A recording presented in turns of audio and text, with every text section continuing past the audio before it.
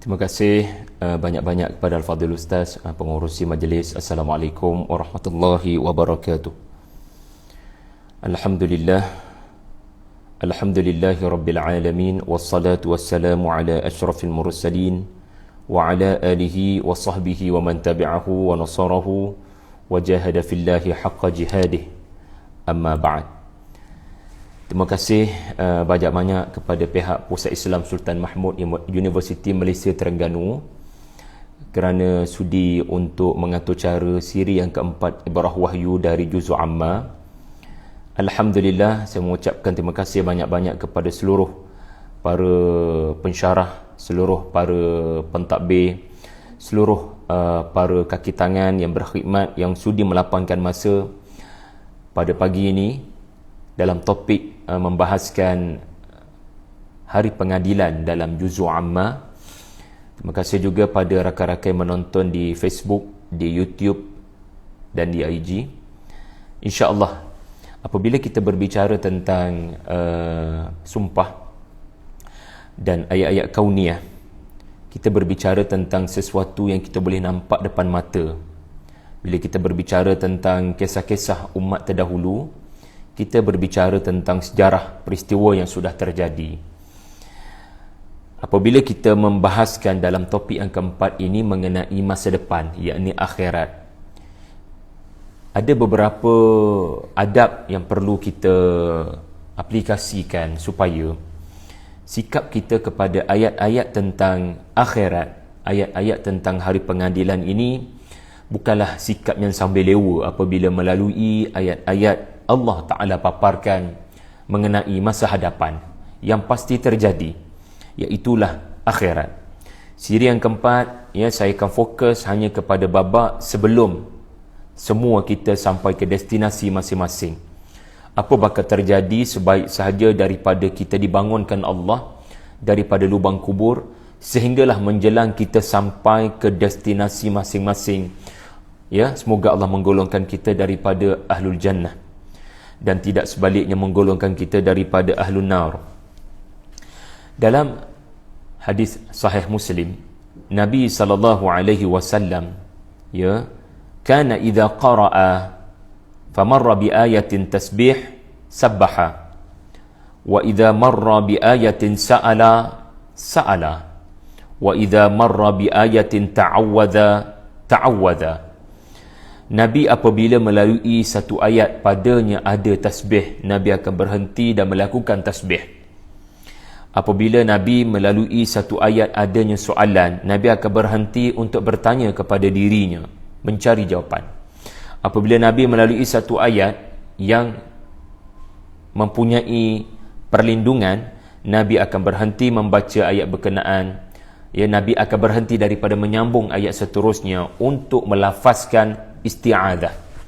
Dan demikianlah kalangan para salaf, para sahabat, apabila mereka melalui ayat-ayat syurga, mereka akan berhenti, tidak meneruskan bacaan. Mereka akan berdoa, Allahumma inni as'aluka radhaka wal jannah. Apabila mereka melalui ayat-ayat neraka, mereka akan berhenti daripada meneruskan bacaan seterusnya kerana mereka mahu melafazkan Allahumma inni a'udzubika min sakhatika wan nar. Soalannya adalah, adakah kita ada akhlak sebegitu? Adakah kita ada adab sebegitu?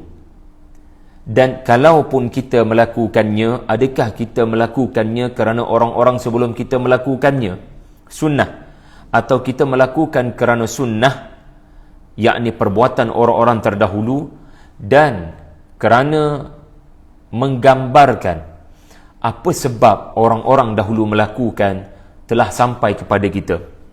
Sebab orang-orang sebelum kita berhenti meneruskan bacaan dan mengangkat tangan memohon kepada Allah, adakah sebab-sebab mereka melakukan perbuatan sedemikian adalah juga sebab-sebab kita melakukan perbuatan sedemikian?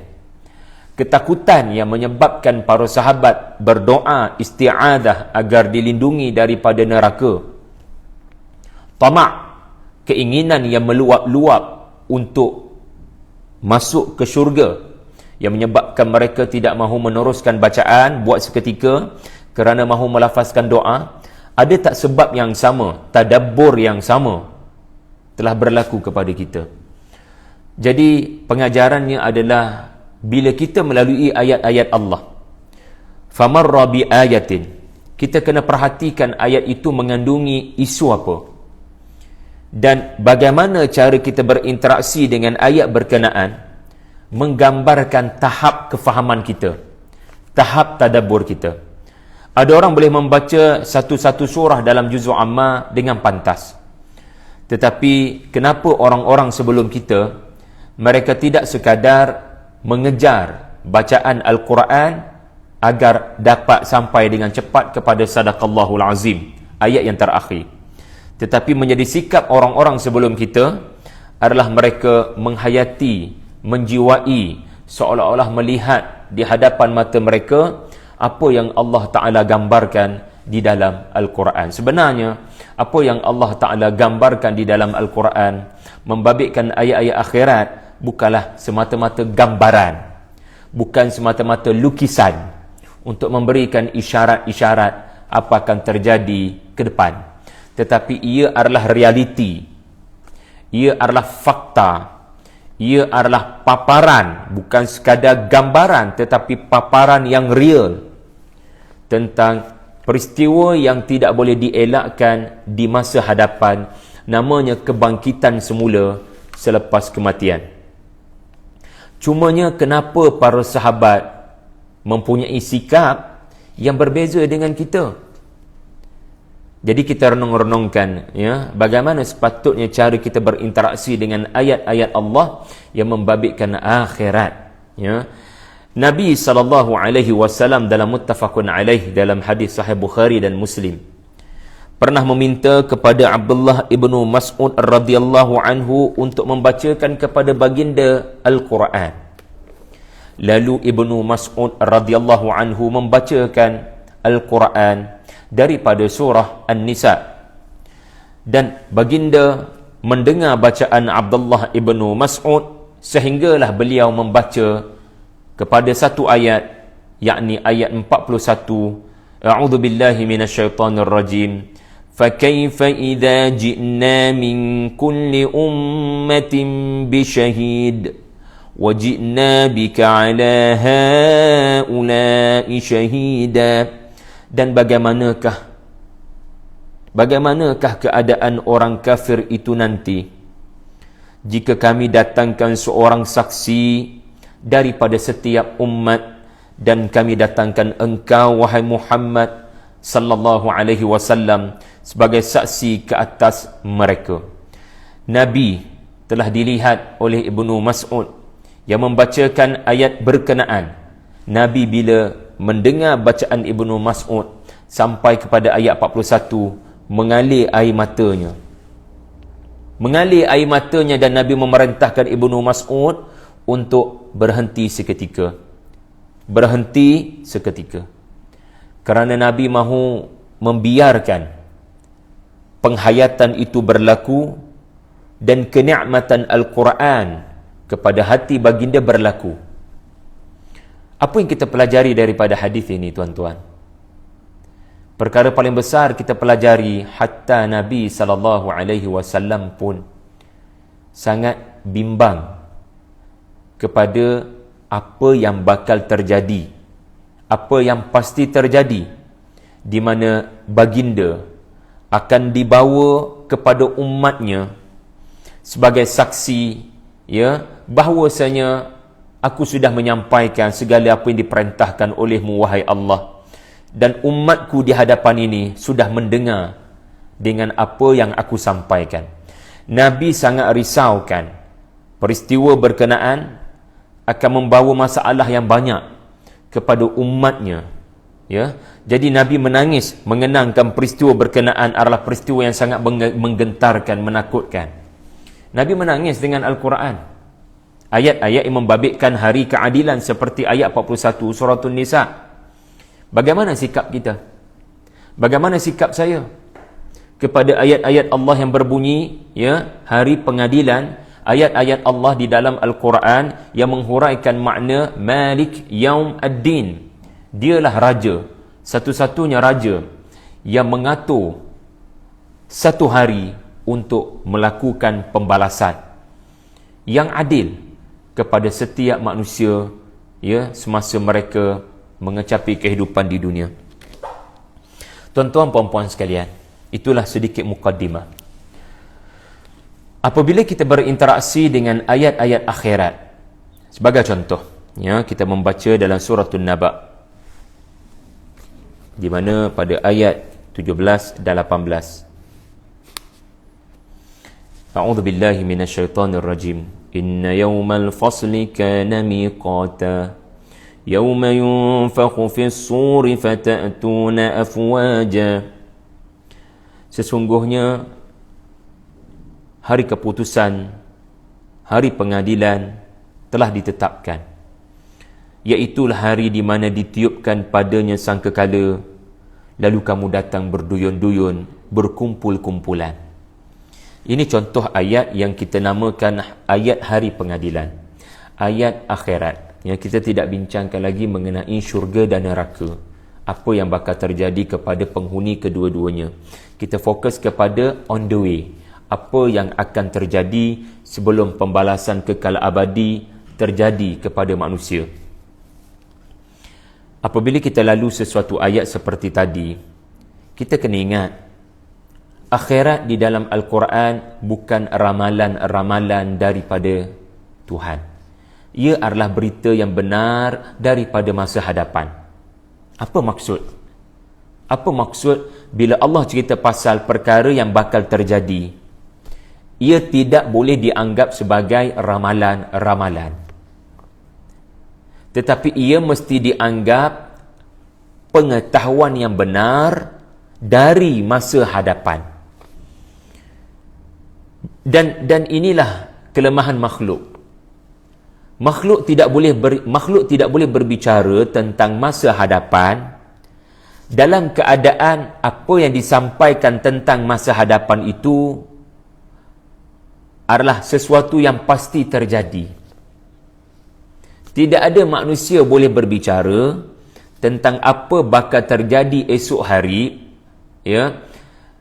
وَمَا تَدْرِي نَفْسٌ مَاذَا تَكْسِبُ غَدًا. Tidak ada satu orang manusia boleh berbicara tentang hari esok dengan terperinci dalam keadaan semasa dia bercerita, dia sangat pasti dengan apa yang telah dia ceritakan pasti terjadi. Kerana pasti kesemasa dia menyampaikan, dia ada keraguan betul ke boleh terjadi pada esok hari. Kerana esok adalah masa, hari ini adalah masa. Apa yang telah terjadi hari ini, ia pasti tiada perubahan. Ya, pada jam 8 pagi tadi, Syahri Abdul Rahman menghantar anaknya ke sekolah. Itu adalah pasti, tidak ada keraguan kerana ia telah terjadi. Tetapi kalau saya kata esok jam 8 pagi, Syahri Abdul Rahman akan menghantar anaknya, saya boleh kata begitu kerana hari-hari sebelumnya terbukti saya melakukan begitu, tetapi saya sendiri tidak pasti dan kurang keyakinan benarkah saya boleh melakukan perbuatan yang sama pada esok hari, kerana esok adalah masa yang belum terjadi, yang kita tidak ada kemampuan untuk melihat hari esok. Tetapi yang telah terjadi, kita masih ada memori bagaimana ia terjadi. Al-Quran apabila berbicara tentang peristiwa yang akan terjadi, ia sebenarnya telah terjadi. Bahasa Melayu kita menyebut perkara yang sudah terjadi sebagai telah terjadi. Dan kita boleh menceritakan dengan sangat terperinci apa yang telah terjadi semalam. Tetapi Al-Quran bila berbicara tentang ayat 17, 18 yang kita bacakan tadi, ia adalah cerita yang telah terjadi. Maksudnya apa? Telah berlaku menurut pengetahuan Allah. Allah Azza wa Jalla, ya, menciptakan masa, dan masa itu menjadi makhluk Allah, dan makhluk yang bernama masa adalah makhluk yang sangat besar kejadiannya, dan di antara bukti-bukti kejadian masa itu sangat besar, Allah hanya menundukkan masa kepadanya dan tidak kepada makhluk. Kalau makhluk ditundukkan masa, maka masa depan pun akan melaporkan dirinya kepada makhluk, dan tidak ada makhluk yang masa ditundukkan kepadanya melainkan para rasul yang diberikan wahyu tentang masa hadapan. Dan itu pun para rasul menyampaikan sahaja. Mereka tidak pernah klaim, mereka tidak pernah dakwa ini adalah hasil saya berfikir panjang. Tidak ada para rasul duduk dalam gua berfikir panjang dan tiba-tiba keluar kepada umatnya lalu berkata, hasil kajian, hasil tafakkur, dengan ini saya mengatakan kita akan berhadapan dengan hari pembalasan yang sekian, hari pengadilan yang sekian. Kerana manusia dengan akalnya, manusia dengan penyelidikannya hanya boleh mengkaji perkara-perkara yang nampak depan mata. Adapun perkara yang tidak nampak depan mata seperti masa hadapan, manusia tidak diberikan pengetahuan. Maka Nabi SAW adalah Rasul yang diberikan wahyu oleh Allah tentang masa hadapan, yang mana ia adalah berstatus telah terjadi menurut pengetahuan Allah, bakal terjadi menurut pengetahuan kamu wahai makhluk. Maka sebab itulah banyak tempat di dalam Al-Quran peristiwa masa hadapan Allah Ta'ala menggunakan past tense. Allah Ta'ala menggunakan fi'il madhi. Idza syamsu kuwirat, contohnya kuwirat adalah fi'il madhi mabni lil majhul, iaitulah apabila matahari telah digulung. Apa maksud matahari telah digulung? Matahari belum digulung berdasarkan pengetahuan kita sekarang, tetapi berdasarkan pengetahuan Allah yang sempurna dan maha meliputi, sehingga makhluk yang bernama masa tidak boleh bersembunyi kerana tunduk di bawah Allah Azza wa Jalla. Lalu Allah Subhanahu wa Ta'ala, menurut pengetahuan Allah ia telah terjadi. Maksud kata dalam bahasa tafsirnya adalah at-tahqiq, nak katanya ia adalah peristiwa yang tidak akan boleh dielakkan, ia pasti akan terjadi. Anak kita katakan mengajak ayah bercuti, dan ayah sudah menyiapkan barang-barang untuk pergi bercuti dengan anak, isteri, keluarga. Cuti sekolah katakan. Tiba-tiba ayah buka TV, dalam perjalanan nak masuk ke dalam kereta, nak bertolak ke Hulu Langat contohnya, nak bermandi manda, nak berkemah-kemah di sungai. Tiba-tiba ayah terbuka channel TV dan kebetulan masa tu ada ramalan cuaca, di mana pemberita memaparkan, kami meramalkan dalam petang nanti Kuala Lumpur akan berlaku hujan lebat, ribut peti. Dan apabila ayah kata kepada anak, kita ni tak boleh pergi ni sebab baru tahu ribut peti, si anak marah kepada ayah dan meminta ayah tutuplah TV tu. Anak meminta ayah tutup TV. Anak mengharapkan agar percutian dapat diteruskan di lokasi yang kita nak pergi. Anak tidak percaya kepada ramalan cuaca. Lalu apa yang bakal terjadi kalau mereka meneruskan hasrat masing-masing? Sebenarnya perbuatan menutup TV tidak akan mengubah realiti yang bakal terjadi, iaitulah hujan lebat. Jadi ini perumpamaan. Sikap kita tukar channel ke? Ayah tukarlah channel lain, tak payah duk dengar channel ramalan cuaca tu. Sikap kita tutup TV sekalipun tidak akan menghapuskan realiti yang bakal terjadi. Waze bagi tahu kat depan tu ada jam teruk. Kita sedang memandu, depan mata kita tak ada apa-apa pun terjadi. Waze bagi tahu benda nak jadi kat depan. Kita tak nampak depan mata kita. Waze kata lagi 2 km, kita tak nampak apa-apa. Jadi kita kata kita tak percayalah dekat Waze ni. Sebab kat depan okey apa? I cannot believe it until I see it. I cannot believe it until I see it. I must see it first. Baru nak percaya. Tengoklah apa jadi. Bila depan matamu sudah nampak, kelihatan, ainul yakin, dengan mata kepalamu traffic jam, dan masa ni baru kau nak percaya kepada Waze, masa ni baru kau nak cari exit, minta maaf lah, selamat menikmati traffic jam 2 jam, 3 jam. Sepatutnya daripada awal tadi, apabila Waze bagi tahu benda nak jadi kat depan, kau sudah membuat bekalan, kau sudah bertakwa, kau sudah exit lebih awal. Walillahil mathalil a'la. Tuan-tuan, di dalam Al-Quran kita selalu baca pada hari Jumaat Suratul Kahfi. Kita akan baca satu kisah yang membabitkan Nabi Musa dan dengan Nabi Khidir alaihi salam. Bismillah. Kita akan lalu kisah Nabi Musa yang berhadapan dengan satu orang hamba Allah yang saleh yang disebut oleh Nabi SAW sebagai Khadar, di mana Khadar membawa Musa kepada 3 hentian. Ketiga-tiga hentian ini telah berlaku sesuatu yang tidak Musa alaihi salam boleh menerimanya di peringkat awal.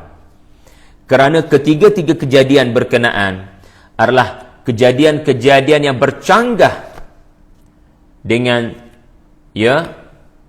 pengetahuan Nabi Musa. Sebagai contoh di hentian yang pertama, bukan setakat pengetahuan Musa, bahkan berdasarkan kapasiti ilmu kita belajar satu perkara dalam hidup ini, orang memberi, apabila seseorang memberi sesuatu, kita mengucapkan terima kasih. Bayangkan orang memberi sesuatu kepada kita, kita rosakkan depan mata dia apa yang dia beri. Apa perasaan? Jadi menurut pengetahuan kita, ini perbuatan tidak sepatutnya dilakukan, apatah lagi oleh seorang Rasul, oleh seorang Nabi. Musa alaihi salam tidak mampu bersabar. Di hentian yang pertama, apabila Khadar alaihi salam yang telah dipersilakan masuk oleh owner perahu berkenaan, beliau apabila naik ke dalam perahu berkenaan, sebelum perahu berkenaan ataupun bahtera berkenaan berlabuh, baginda Nabi Khadar telah memecahkan bahagian perut ataupun di bahagian utama kapal berkenaan, sehingga Musa alaihi salam berkata, kau mahu tenggelamkan penumpang-penumpang bahtera ini? Hentian yang pertama sangat bercanggah dengan pengetahuan Musa. Hentian yang kedua sangat bercanggah dengan syariat, bahkan bercanggah dengan pengetahuan kemanusiaan, di mana Khadar alaihi salam telah membunuh seorang kanak-kanak. Sungguh Musa tidak boleh menerima kejadian ini terjadi.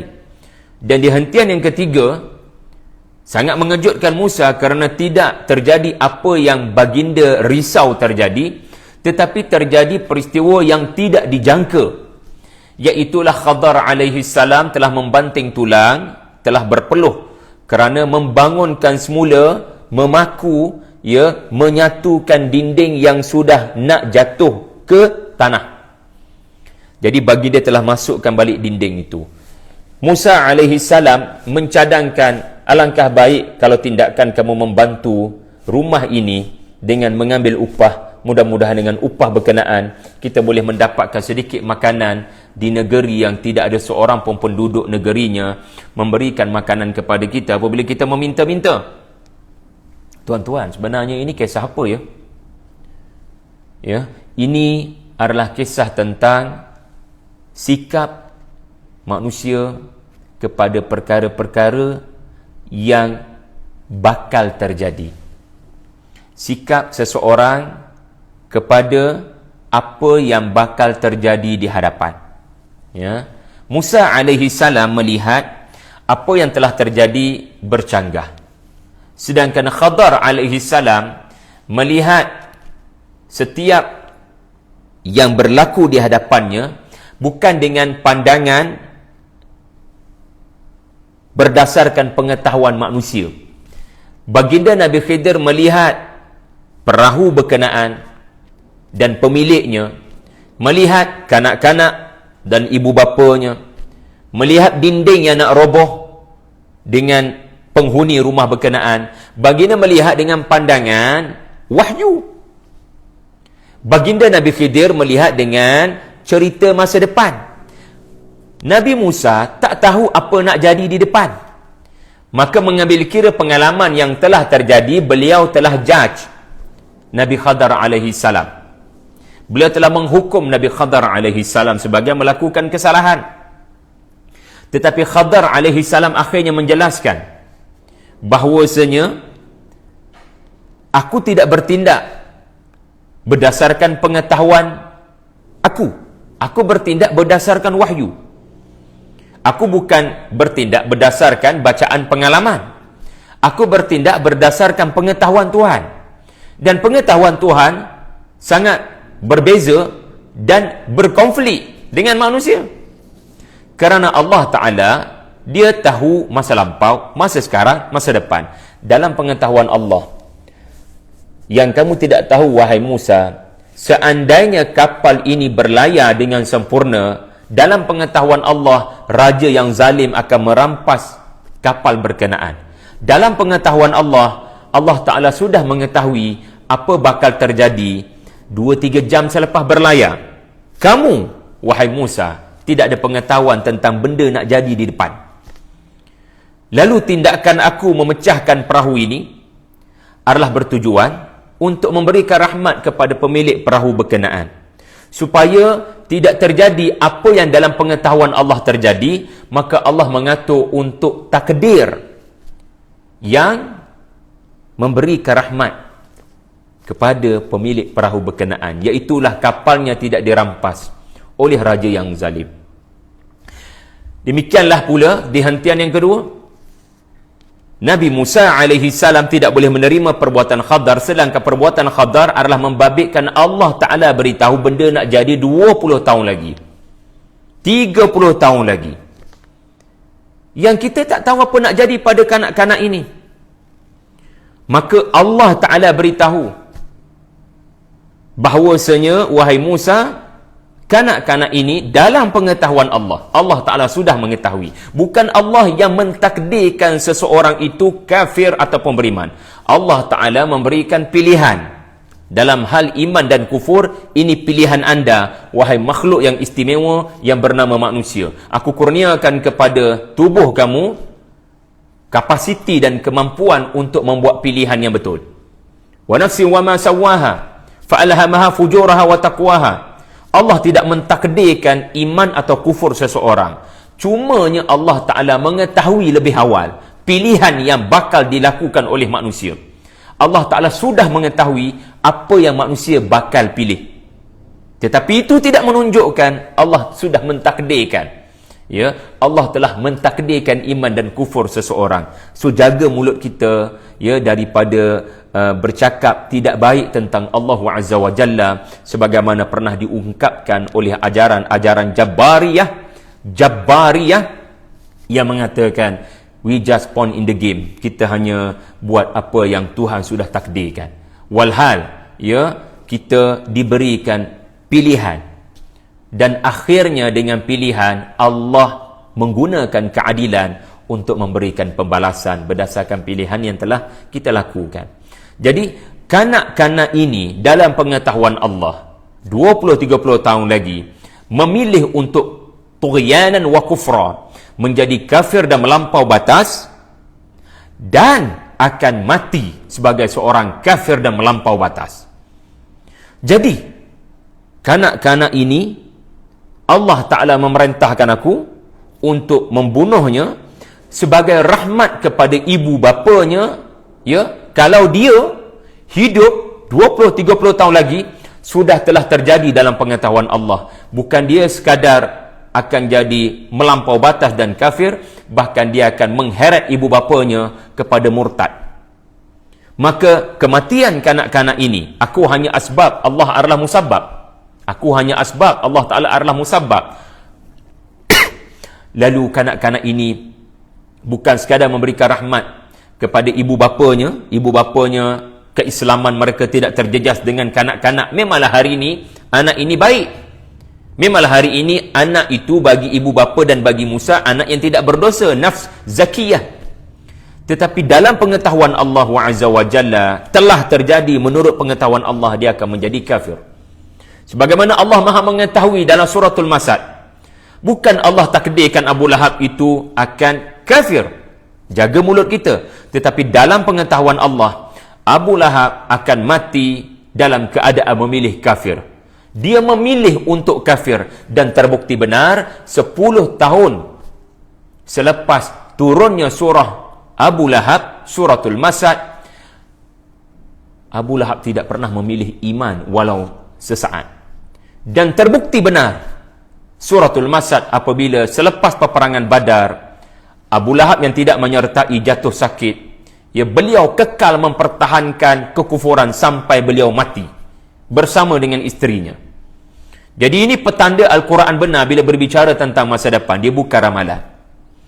Jadi Nabi Khidir alaihi salam telah memberikan rahmat bukan hanya kepada ibu bapa, kepada kanak-kanak berkenaan, bahkan kanak-kanak berkenaan mendapat rahmat daripada Allah kerana kematiannya dalam keadaan tidak ada dosa dilakukan. Saya menyampaikan kisah Nabi Nuh alaihi salam, ia kelmari, kisah banjir besar, di mana kata Ibnu Abbas radhiyallahu anhu, kalaulah ada seorang wanita, kalaulah ada satu orang daripada kaum Nabi Nuh yang Allah Ta'ala nak beri rahmat, maka pasti ada satu orang wanita yang sedang menyusu, tiba-tiba banjir itu datang, lalu dia naik ke gunung dalam keadaan memapah bayi berkenaan. Tetapi air makin menaik, dia lalu mencari puncak gunung sambil membawa bayi berkenaan untuk menyelamatkannya dan bayi berkenaan. Tiba-tiba air juga telah sampai ke puncak gunung. Dia mengangkat anaknya, dengan harapan anaknya selamat, dan akhirnya banjir berkenaan menimpa wanita berkenaan. Maksud bicara Ibnu Abbas ini adalah kalau Allah Ta'ala nak bagi rahmat kepada kaum Nuh, kaum Nabi Nuh alaihi salam, pasti wanita itu akan selamat. Tetapi tidak ada wanita yang survive, tidak ada lelaki yang survive dalam banjir besar pada zaman Nabi Nuh, kerana dalam pengetahuan Allah mereka tegar, mereka mahu kekal dalam keadaan kufur. Hatta anak Nabi Nuh alaihi salam pun kita sedia maklum, banjir besar tu dah datang, dia boleh memilih untuk bertaubat. Bahkan ayahanda pun menganggap dia bertaubat, kerana menganggap anaknya bertaubat, yang digelar sebagai, yang disebut-sebut oleh para ulama sebagai Kan'an. Kerana menyangka dia bertaubatlah baginda menjemput dia naik ke atas bahtera. Kalau baginda tahu dia tidak bertaubat, kalau baginda tahu dia kufur, dia takkan bawa naik ke atas bahtera, kerana baginda sudah jelas kafir.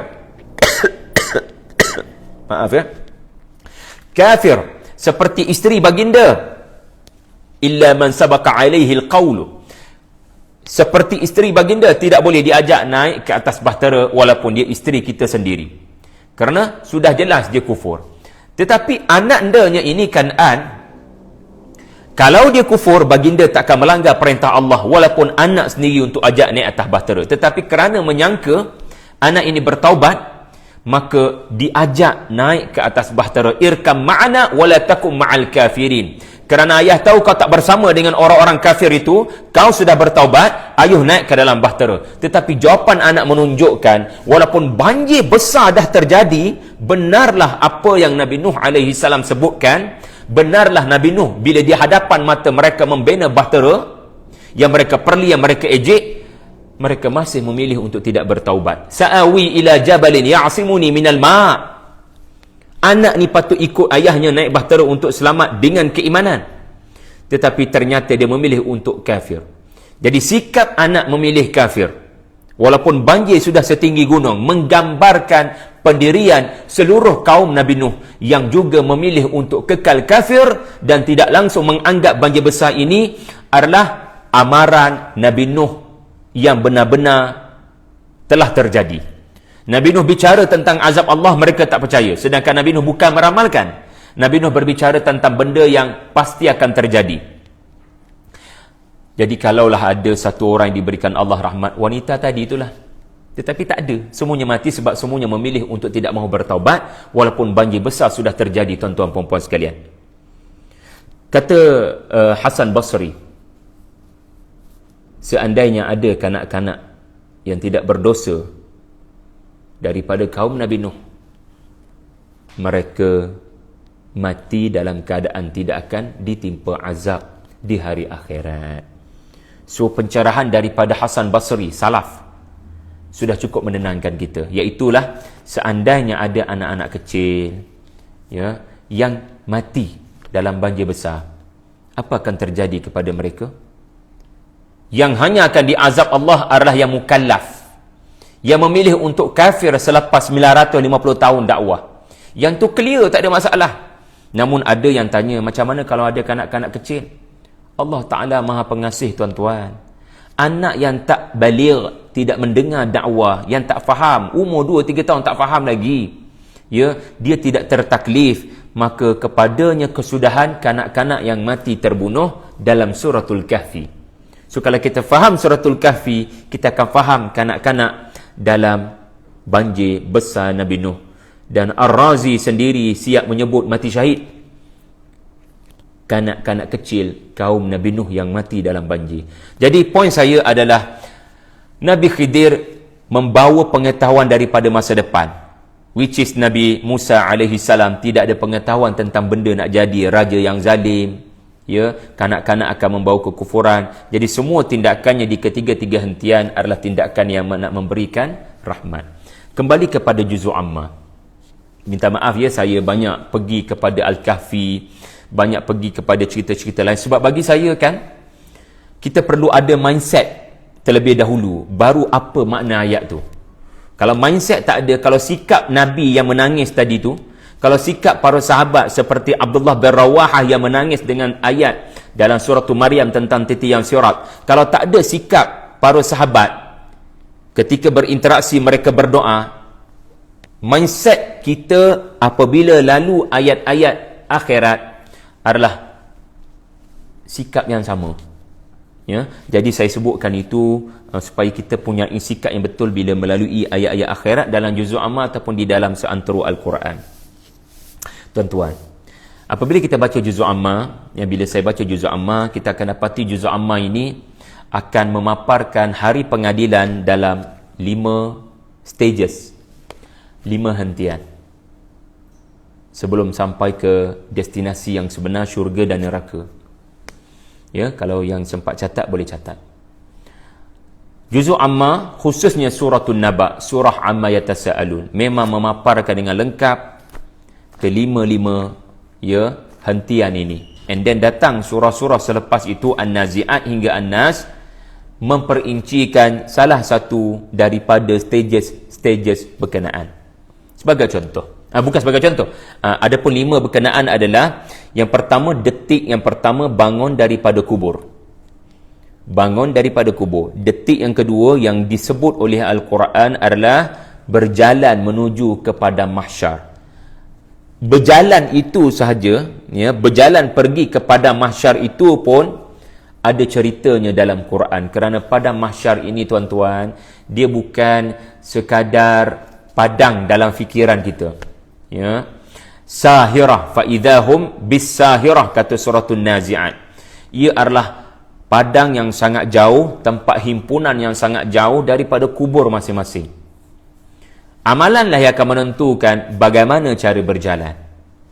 Dalam suratul Mulk, dalam suratul Mulki, ya, afaman yamshi mukibban ala wajhi, ada yang berjalan daripada kuburnya menuju kepada mahsyar, di tempat mereka akan dihimpunkan dengan seluruh manusia untuk berhadapan dengan Allah Azza wa Jalla. Mereka berjalan dengan muka mereka, mereka berjalan dengan wajah mereka. Orang Kelantan kata tak erak nak jalan dengan kaki, tetapi mereka gagahkan diri dengan muka mereka. Betapa terhinanya manusia-manusia yang kafir. Afaman yamshi mukibban ala wajhi, yang mana tadaburnya adalah kau mahu memilih untuk berjalan dengan kepala kamu. Allah beri kaki untuk berjalan, kau nak berjalan dengan kepala. Apa yang dah kau buat dengan kepala kamu di dunia dahulu? Ternyata mereka lau kunna nasma au na'qil, mereka tidak menggunakan akal fikiran mereka untuk mencari tanda-tanda kebesaran Allah.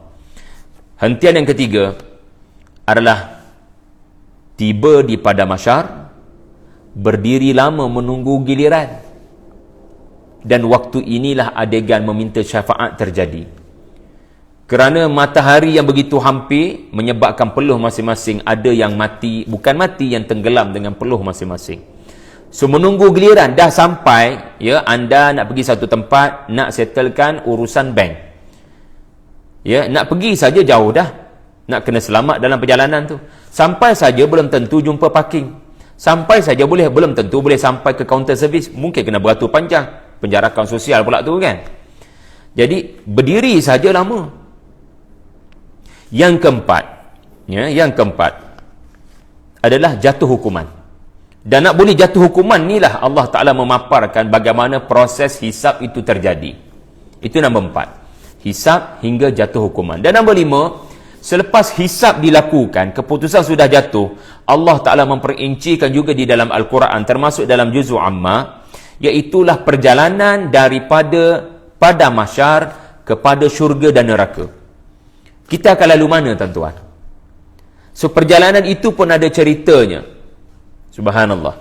Jadi mari kita pergi kepada beberapa ayat, beberapa surah untuk melihat di mana duduknya ayat-ayat ini berdasarkan 5 stages yang saya sebutkan tadi. Sebagai contoh,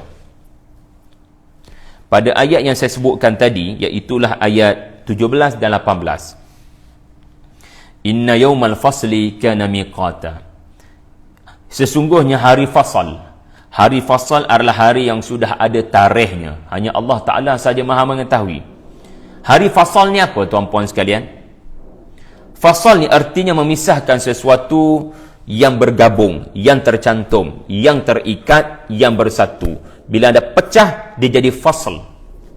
Bila ada pisah, dia jadi fasal. Sebab tu, ya, topik yang besar, dia ada fasal, ya, penulis memecahkan kepada beberapa topik kecil. Dia panggil chapter. Ya. Sebab itu apabila anak sudah 2 tahun, kita akan wafisaluhu fi amaini. Selepas 2 tahun kita kena pisahkan dia daripada terus bersatu dengan susu maknya selepas 2 tahun. Jadi fasal ini artinya pisah sesuatu yang pada awalnya bersatu. Kenapa Allah Ta'ala menamakan hari pengadilan dalam Quran sebagai Yaumul Fasal? Kerana ia adalah hari di mana kezaliman, hari di mana kebenaran akan dikeluarkan, dipisahkan daripada penzalim. Orang-orang yang zalim di atas muka bumi dahulunya dilihat benar. Orang-orang yang melakukan jenayah di dunia dahulu dilihat perbuatannya betul. Betapa ramai orang yang menganggap perbuatan fulan bin fulan itu adalah betul, sedangkan di sisi Allah adalah batil.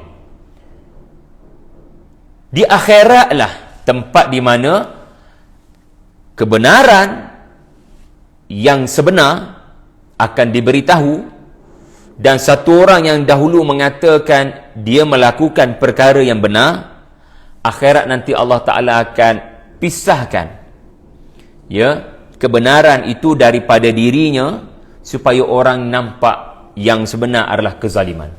Dalam perkataan mudahnya adalah Allah Ta'ala akan memisahkan setiap seseorang itu apa yang benar, apa yang tidak benar tentang dirinya. Maka kalau dahulu dia berkata dia adalah seorang yang selalu memberikan hartanya di fi sabilillah, hari itu nanti fasal, Allah Ta'ala akan pisahkan kenyataan infak fi sabilillah daripada dirinya. Rupanya dia tak pernah infak fi sabilillah. Faham, Yang kedua, kenapa dinamakan fasal? Kerana hari itu adalah hari di mana Allah Ta'ala pisahkan orang mukmin daripada orang-orang yang berdosa. Dalilnya adalah surah 36 ayat 59 surah Yasin. Kita baca pada setiap malam Jumaat. Wamtazul yawma ayyuhal mujrimun. Pada hari ini pisahkan dirimu wahai penjenayah semua. Pisahkan dirimu. Allah Ta'ala akan menghantar para malaikat untuk menggunakan kekerasan, memisah-misahkan antara manusia. Dan inilah yang juga menyebabkan ayat 18 surah An-Naba, Allah Ta'ala menyebut fata'tuna afwaja. Manusia akan datang dalam keadaan berkumpulan-kumpulan, berduyun-duyun. Kerana bila kita bangun daripada kubur, checkpoint yang pertama, kita akan tahu kesudahan kita dengan kita melihat kita dikumpulkan ataupun kita bangun dengan siapa di kiri, di kanan, di depan, di belakang kita. Tuan-tuan, kita akan dikumpulkan dengan siapa? Kita akan ditambat wal'iyadu billah dengan siapa? Jadi, ya, di sini ya kita belajar mengenai ya fasal, iaitulah hari di mana penzalim akan dipisahkan daripada orang mukmin, orang mukmin akan berada dalam kumpulan orang mukmin, orang zalim akan berkumpul dalam kumpulan orang-orang zalim. So berlakunya pemisahan walaupun mereka di dunia dahulu mereka bersatu ya dalam sebuah negeri, dalam sebuah negara. Ini contoh apa yang terjadi di hentian yang pertama bila bangun daripada kubur. Mari kita lihat hentian yang kedua dan melihat ada tak dalam juzuk amma berbicara tentang berjalan menuju ke padang mahsyar. Di mana tuan-tuan sekalian, apabila kita melihat suratul Ghashiyah, ini contoh dalam suratul Ghashiyah,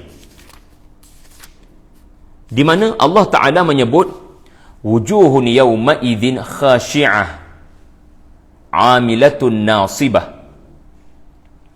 Di hari Al-Ghashiyah, hari di mana manusia berhimpun dalam keadaan penuh ketakutan, antara wajah yang akan dilihat adalah wajah yang tertunduk-tunduk, amilatun nasibah, di mana wajah yang tertunduk menghina bila sampai itu, dan didapati wajah mereka amilatun, yang ditafsirkan para ulama wajah orang yang bekerja keras berjam-jam tak cukup tidur, nasibatun, yang sangat-sangat memerlukan rehat.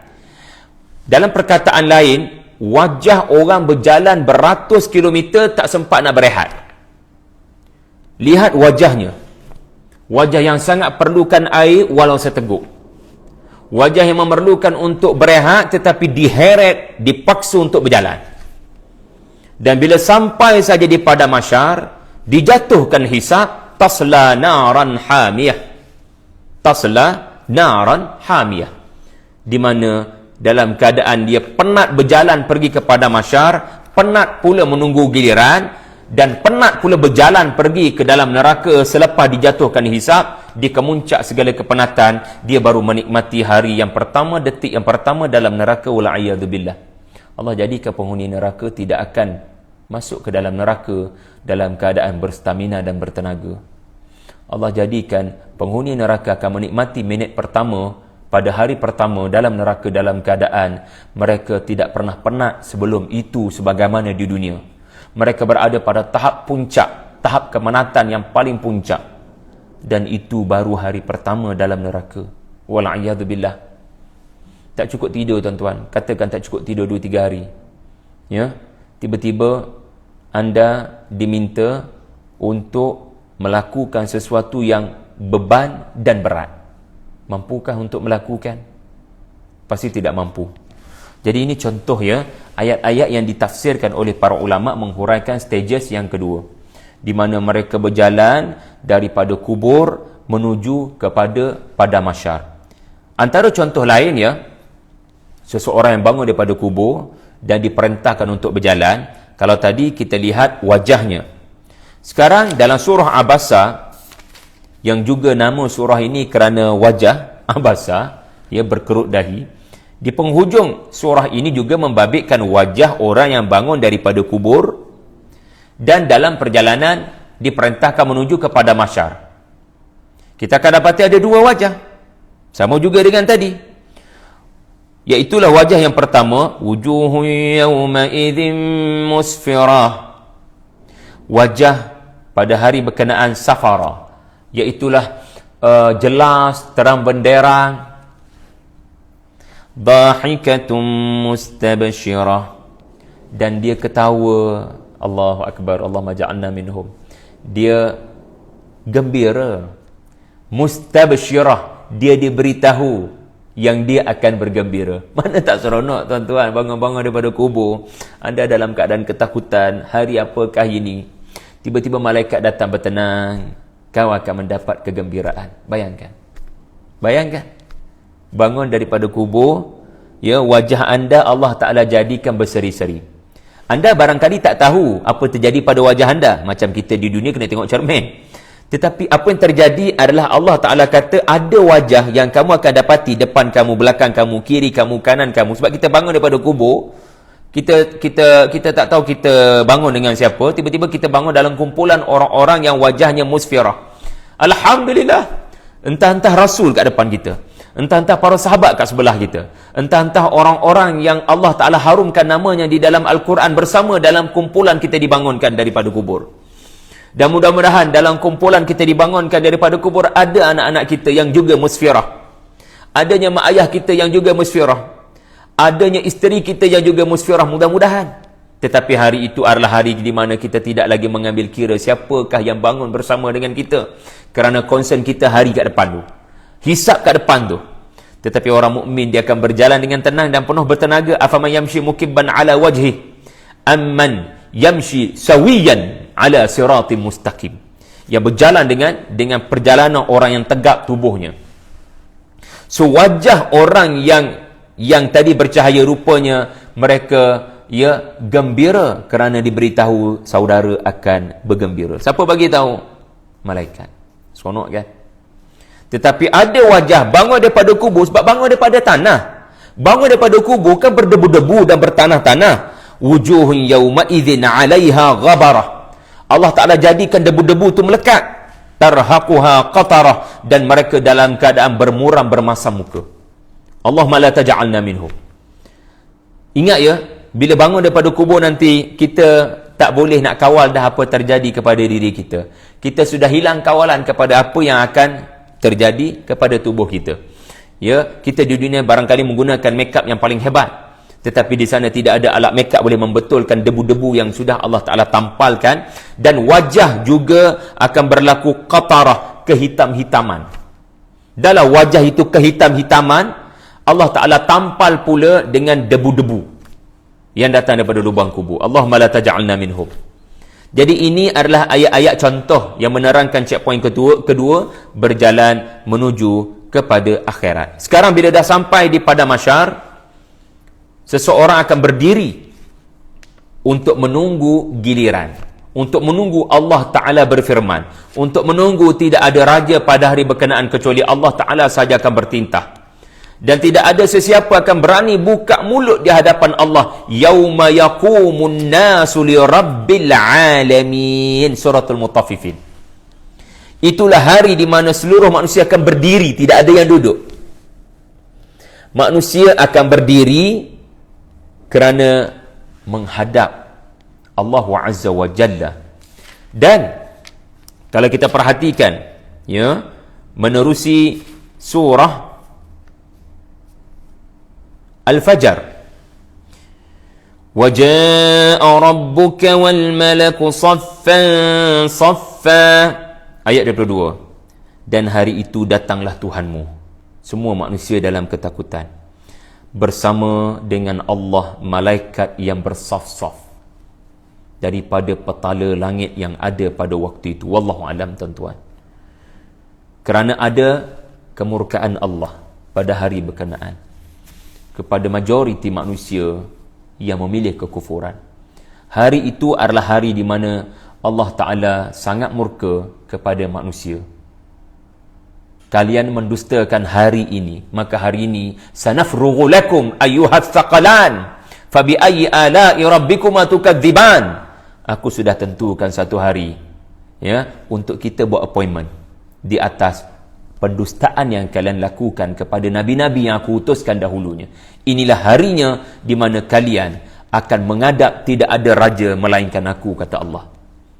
Dahulu kalian dustakan aku, dan hari ini kalian akan melihat sendiri apa bakal terjadi. Dalam surah Yasin, tuan-tuan, kita dikukuhkan lagi, ya, dengan ayat yang berbunyi, qalu ya wailana man ba'athana min marqadina hadza ma wa'ada ar-rahman wa sadaqal mursalun. Ya, di mana bangun saja daripada lubang kubur, seorang kafir akan berkata, siapa yang membangunkan kita daripada tidur ni? Kita baru je nak berehat. Kita sudah diganyang sebelum ini, tetapi kita dapat rehat seketika. Para ulama tafsirkan jarak sangkakala pertama dengan sangkakala yang kedua adalah 40 tahun, dan dikatakan ia adalah hadis yang tidak sempat saya semak. 40 tahun jarak sangkakala pertama dengan sangkakala kedua. Semua sudah maklumkan, sangkakala pertama adalah kematian dan kehancuran. Sangkakala kedua adalah hidup balik dan pada mahsyar. Jadi jarak 40 tahun tu sempat tidur. Tetapi tidurnya rupanya hanya sekejap cuma, ya, dan mereka sudah terkejut, baru saja nak berehat sudah ditiupkan sangkakala yang kedua, dan mereka berkata, inilah janji yang kami dustakan dahulu. Benarlah para rasul yang diutuskan bila berbicara tentang hari ini. Ya. Dan itulah hari yang disebut dalam suratul Naba, yauma yaqumur ruhu wal malaikatu saffa la yatakallamuna illa man adina lahur rahman wa qala sawaba. Itulah hari di mana Jibril berdiri juga, para malaikat seluruhnya berbaris-baris macam saya sebutkan tadi dalam surah Al-Fajr.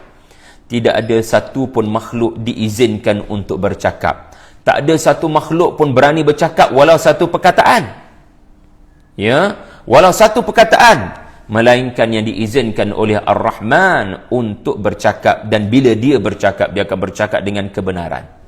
Dia akan bercakap dalam keadaan memuja Tuhannya dan meminta ummati, ummati, ummati ya Rabbi, Rabbi ummati. Tuan-tuan, yang diizinkan untuk bercakap hanya satu orang sahaja, dan apabila dia diberikan peluang bercakap, dia berkata Rabbi ummati. Allahu Akbar. Itulah sallallahu alaihi wasallam, satu-satunya pemberi syafaat kepada manusia di padang mahsyar. Stages yang ketiga.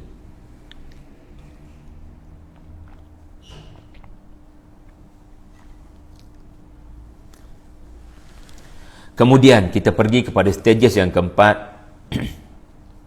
Bagaimana hisab itu terjadi.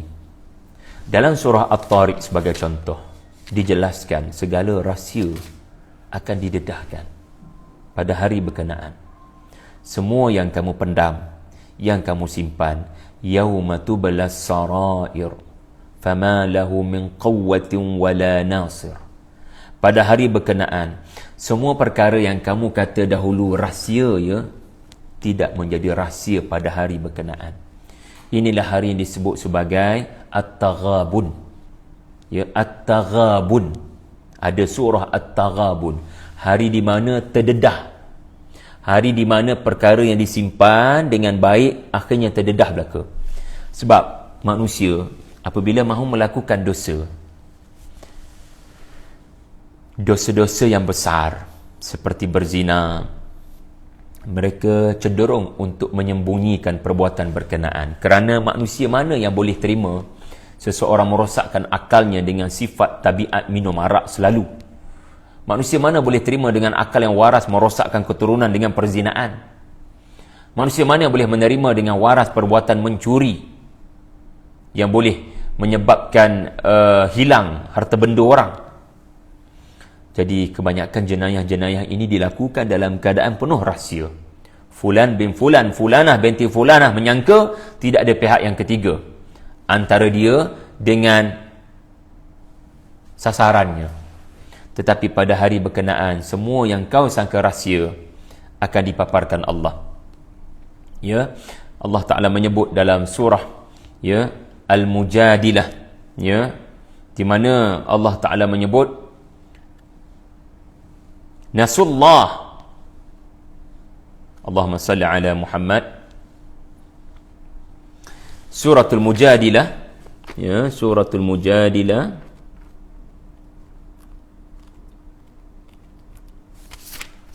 ayat itu berbunyi, ayat 6, yauma yab'athuhumullahu jami'a fayunabbi'uhum bima 'amilu ahsahu Allahu wa nasuh. Ahsahu Allahu wa nasuh wallahu ala kulli syai'in syahid. Allah hitung satu persatu. Soal siasat itu berlaku sebagaimana dalam surah Yasin, ya, al-yauma nakhtimu ala afwahihim. Aku akan tanya, ya ke tidak? One by one, ma li hadzal kitab la yughadiru saghiratan wala kabiratan illa ahsaha. Suratul Kahfi kita baca hari Jumaat, Suratul Yasin kita baca hari Jumaat. Kombinasikan untuk dapat pencerahan stages yang ketiga, di mana Allah Ta'ala akan menyoal, menyiasat sekian waktu, sekian tempat. Ini perbuatanmu ya atau tidak. Ia akan menjawab ya atau tidak, bukan mulut, kerana mulut itu akan memberi alasan dan akan memohon keampunan.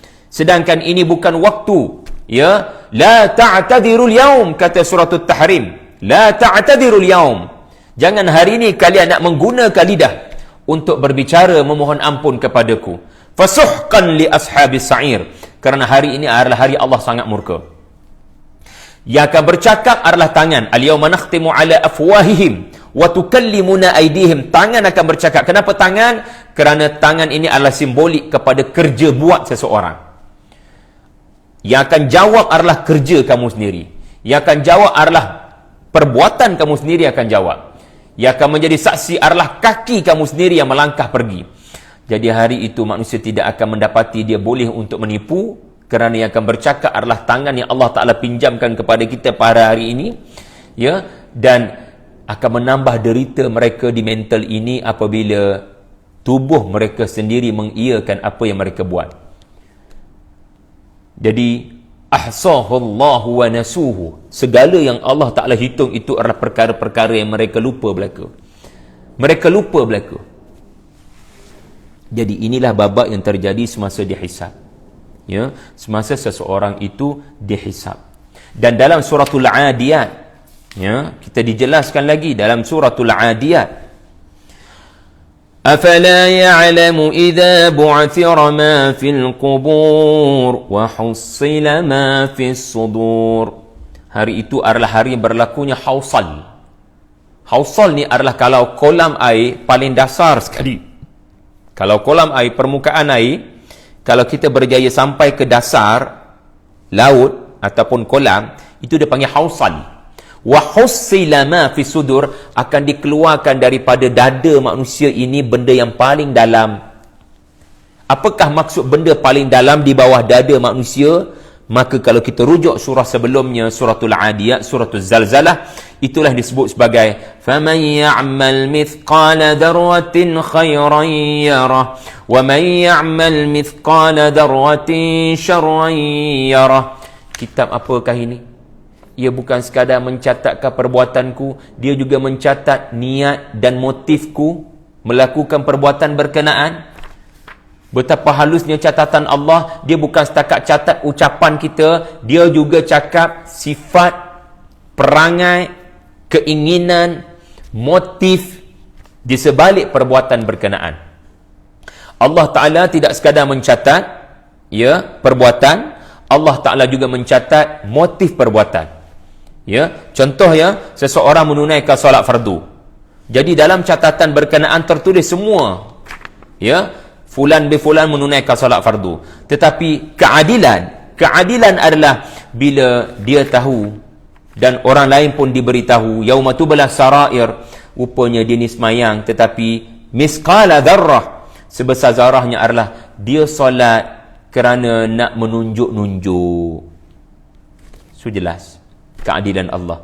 Ada orang solat fardu, kita tak tahu dia solat fardu dan dia rupanya sakit, Allah Ta'ala tulis kat situ dia menunaikan dengan penuh ikhlas. Fasalli li rabbik. Dia menunaikan salat dengan penuh keikhlasan. Jadi semua orang salat, semua orang puasa, semua orang zakat, semua orang haji, tetapi motif masing-masing. Niat kita tak tahu. Apa tujuan dia nak haji? Kita tak tahu. So hari itu keadilan akan ditegakkan oleh Allah, di mana bukan sekadar perbuatan zahir, bahkan perbuatan batin, yakni hati dia, motif dia. Sebab ada orang melakukan sesuatu macam tumbuk yang menyebabkan mati, tetapi sebenarnya dia tidak pun berniat untuk membunuh lelaki berkenaan. Ini yang terjadi kepada Nabi Musa alaihi salam. Dan tuan-tuan, inilah hari di mana kanak-kanak perempuan, bayi perempuan dibunuh, akan ditanya oleh Allah Ta'ala untuk menyakitkan mental pembunuh-pembunuh ini. Inilah yang disebut di dalam, ya, suratul Takwir, wa idzal mau'udatu su'ilat wa idzal mau'udatu su'ilat bi ayyi dhanbin qutilat. Itulah hari di mana bayi-bayi perempuan ini, yang dilahirkan perempuan ini, akan ditanya oleh Allah Subhanahu wa Ta'ala atas dosa apakah mereka dibunuh. So kenapa Allah tak tanya penjenayah, Allah tanya yang dibunuh? Sebab Allah tak pandang pun. Allah tak pandang pun penjenayah berkenaan. Betapa murkanya Allah pada penjenayah berkenaan. Sebab inilah orang yang akan terima kitab daripada belakang. Kita terus masuk kepada yang keempat. Masih lagi yang keempat, dihisap sampai jatuh hukuman. Dan bila jatuh hukuman, Allah Ta'ala ada sebut dalam suratul Insyiqaq, mereka terima kitab daripada belakang. Kenapa terima kitab daripada belakang? Sebab Allah tak nak tengok diorang. Yang bunuh bayi perempuan, yang melakukan dosa maksiat, Allah Ta'ala tak nak tengok diorang ni. Allah tak pandang mereka langsung. So bila Allah Ta'ala pandang, maknanya Allah tak nak mereka tengok, mereka berada di belakang, mereka membelakangi. Sebab dahulu mereka membelakangkan ayat-ayat Allah, hari ini mereka akan dijadikan menghadap ke belakang. Allah tak nak tengok, dan kitab itu tetap diberi sebagai bukti pengadilan Allah berlaku kepada mereka. Ini disebut dalam suratul Insyiqaq, wa amma man utiya kitabahu wara'a dhahri fasawfa yad'u thubura wa yasla sa'ira wal a'yadu billah. Mereka diberikan Allah kitab dari arah belakang sebab Allah murka tak nak tengok mereka di depan. Dan mereka itu kalau disoal, yang disoal adalah bayi yang dibunuh, bukan yang membunuh bayi berkenaan. So dalam sidang mahkamah berkenaan pun kita dah tahu dah kesudahan kita. Aisyah radhiyallahu anha pernah bertanya nabinya sallallahu alaihi wasallam, apa maksud hisaban yasira? Maka Rasulullah menjelaskan, orang yang mana bila Allah Ta'ala melalui halamannya, Allah Ta'ala lepaskan dia. Satu halaman ada dosa dia buat, tetapi Allah tajawaz. Allah Ta'ala tidak bertanya lebih lanjut. Lepas satu muka surat, lepas satu muka surat. Ini hisab yang mudah. Maksudnya apa? Dia memang ada buat dosa, tetapi pahala dan amal soleh yang lebih banyak. Jadi dipermudahkan, dia tidak ditanya dengan terperinci. Man su'ila faqad halaka. Man su'ila faqad halaka. Barang siapa ditanya dengan banyak di padang mahkamah Allah, itu tanda kehancuran dia. Itu tanda kehancurannya. Kerana seseorang ke neraka kerana keadilan, seseorang ke syurga kerana rahmat Allah. Seseorang ke neraka kerana keadilan Allah, dan kerana nak menunjukkan keadilan Allah, Allah Ta'ala akan buktikan satu persatu perbuatannya, ya atau tidak, ya atau tidak, ya atau tidak. Itu tanda keadilan. Ya, bukan ada sekiranya terus ke neraka tanpa diberikan penjelasan dan pencerahan kenapa kamu ke sana. Ya, dan akhir sekali tuan-tuan, kita dah masa kecemasan ni, ya, iaitulah perjalanan menuju ke destinasi. Perjalanan menuju ke destinasi, ya, selepas hisab dijatuhkan, apa yang terjadi kepada seseorang, ya, apabila dalam perjalanan. Sebagai contoh, ahli neraka yang sudah dijatuhkan dengan hukuman sebagai ahli neraka, dalam perjalanan mereka akan meronta-ronta, tidak mahu diperjalankan, kerana di dalam suratul Naba ada disebutkan, inna jahannama kanat mirsada. Hisab dah jatuh, sekarang nak diheret pergi ke neraka Jahannam. Anda nak pergi, wal'iyadzubillah, kita nak pergi ke neraka Jahannam, tak larat nak pergi sebab neraka Jahannam sudah menonjolkan dirinya sebagai mirsadan. Sebagai mirsadan. Apa itu mirsad? Al-makanu alladhi yarsudur rasid fihi al-adu. Ia akan muncul dalam keadaan musuh yang menunggu kedatangan musuhnya. Neraka Jahannam akan berada dalam keadaan yang sangat marah. Neraka Jahannam akan berada dalam keadaan seperti singa yang sangat lapar, yang didatangkan kepadanya makanan-makanan untuk dibaham dan diganyang. Wal'iyadzubillah. Neraka Jahannam, ahli neraka, dia tak akan pergi ke neraka dalam keadaan neraka itu tak nampak. Dia akan pergi ke neraka dalam keadaan neraka itu dinampakkan. Sebagaimana juga disebut di dalam suratul Fajar. Waji'a yawma idzin bi jahannam yawma idzin yatadhakkaru al-insanu wa anna lahu dhikra. Masa itulah dia nak bertaubat, dia nak minta maaf, dia nak merayu pengampunan pada Allah, tidak ada gunanya lagi. Jadi wallahu alam ustaz, ya, serba sedikit tentang 5 stages yang diterangkan dalam surah Juz'u Amma, ya, pada menggambarkan hari pengadilan. Kita patut 11.30 habis ustaz, betul So ini waktu kita meraihkan soalan lah, seandainya ada. Wallahu alam.